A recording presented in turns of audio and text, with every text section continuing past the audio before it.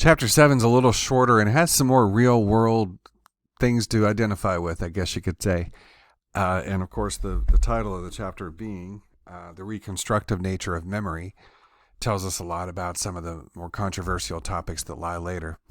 I like Galati's autobiographical account here, and I've often thought this myself, that she has vivid memories from her youth, but can she completely trust them?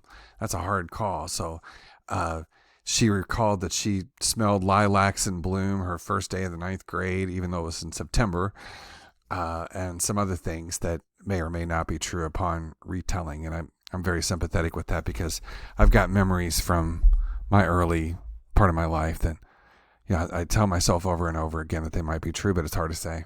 And I appreciate her autobiographical account of that.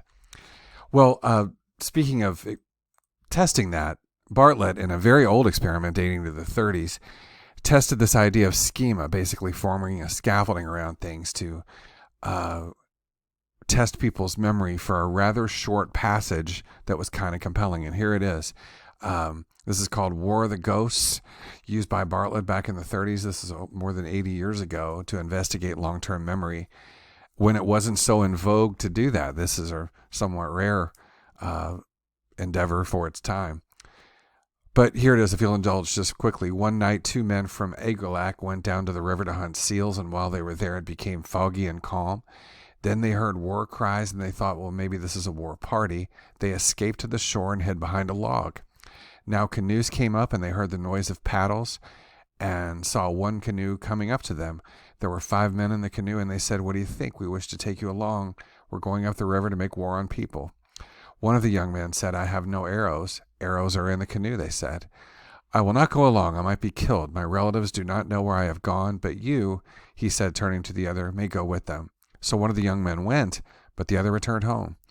And the warriors went up the river to a town on the other side of Kalama.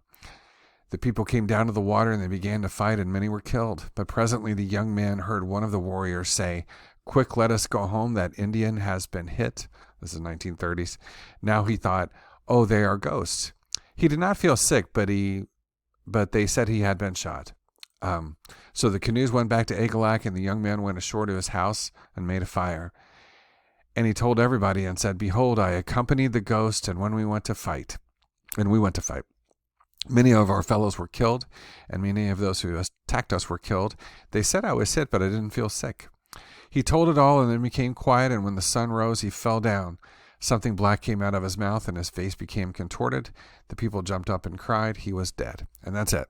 That's the whole story. So what Bartlett tested there is the method of serial reproduction, meaning his participants 82 years ago were asked to recall the stories on more than one occasion. They were asked to recall the tales at varying intervals, some as long as years, and he was interested in what was remembered and what was misremembered or sort of reconstructed according to their sensibilities and culture and personality and what have you. So, for instance, here's one participant 15 minutes later. Now, bear in mind some of the things you heard. There were 2 men on the banks of the river near Egulac. They heard the sound of paddles in a canoe with 5 men and appeared, who called to them, saying, we're going to fight the people. Will you come with us? One of the 2 men answered, saying, our relations don't know where we are, and I don't have arrows. There are arrows in the canoe. So the man went, and they fought the people, and he heard them saying, an Indian is killed. Let us return. So they returned to Egulac. He spoke to the people of Egulac and told them he had fought with the ghost, and many were killed on both sides, but felt nothing. He lay down and became calmer. And the night was convulsed, and in the night he was convulsed, and something black came out of his mouth, and the people said, he's dead. So, interestingly, he retained a lot of the gist after just 15 minutes, including a fine detail like something black coming out of his mouth, etc. And even the direct quote, he is dead. So you can't complain about that. But here's 2 weeks later. There were 2 men on the banks of a river, etc. A Tishu, which he misremembered Egulac. They heard the sound of paddles coming from the upstream, and shortly a canoe appeared. The men in the canoe spoke, saying, we're going to fight the people. Will you come? One of the young men said, our relations don't know where we are, but my companion may go with you. Besides, we have no arrows. And you'll notice there's no inclusion this time of the arrows being in the canoe, so don't worry about that. He forgot that part now. So the young man went with them, and they fought the people, and many were killed on both sides. Then he heard shouting, the Indian is wounded, let us return. and he heard the people say they are the ghost. He did not know he was wounded and returned to the wrong town. The people collected around him and bathed his wounds, which is, I don't believe that's what happened. He sort of invented that. Nobody bathed his wounds. And he said he had fought with a ghost. Then he became quiet, but in the night he was convulsed and something black came out of his mouth, etc. So in this case, we've omitted some key details and also invented one about the people nursing his wounds after just 2 weeks. And then, of course, they made the mistake about Agolac becoming a tissue. Now, you can imagine anybody's vulnerable to this, remembering fine details of a strange story. But that's one of the things that Bartlett investigated and showed that people invent details and tend to omit things, and it just becomes malleable over time. And who knows why we made up the story about the part about bathing his wounds. That could be some of the past of the person telling the story or anything like that. So it's an interesting idea. So here's Bartlett's conclusion.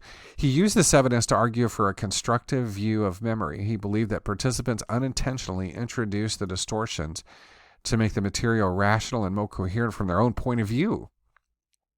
Interestingly, the original story, a Native American folk tale, and hence the word Indian, was often misrecalled in many ways consistent with people's cultural conventions. So the foggy and calm might be dark and stormy, something more in keeping with a Western assumption, and Bartlett rejected the idea of a long-term memory as a warehouse.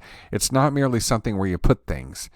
It's a place where they're likely to be molded and shaped according to sensibilities. And I'll mention a few of these things as we go on, including inserting memories for major events that have happened here in the United States.